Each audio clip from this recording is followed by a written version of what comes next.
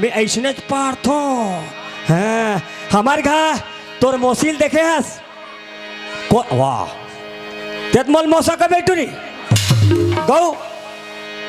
वाह वो तोर मौसी हो तोर माँ छोटे बहनी हमार को तो वाली ना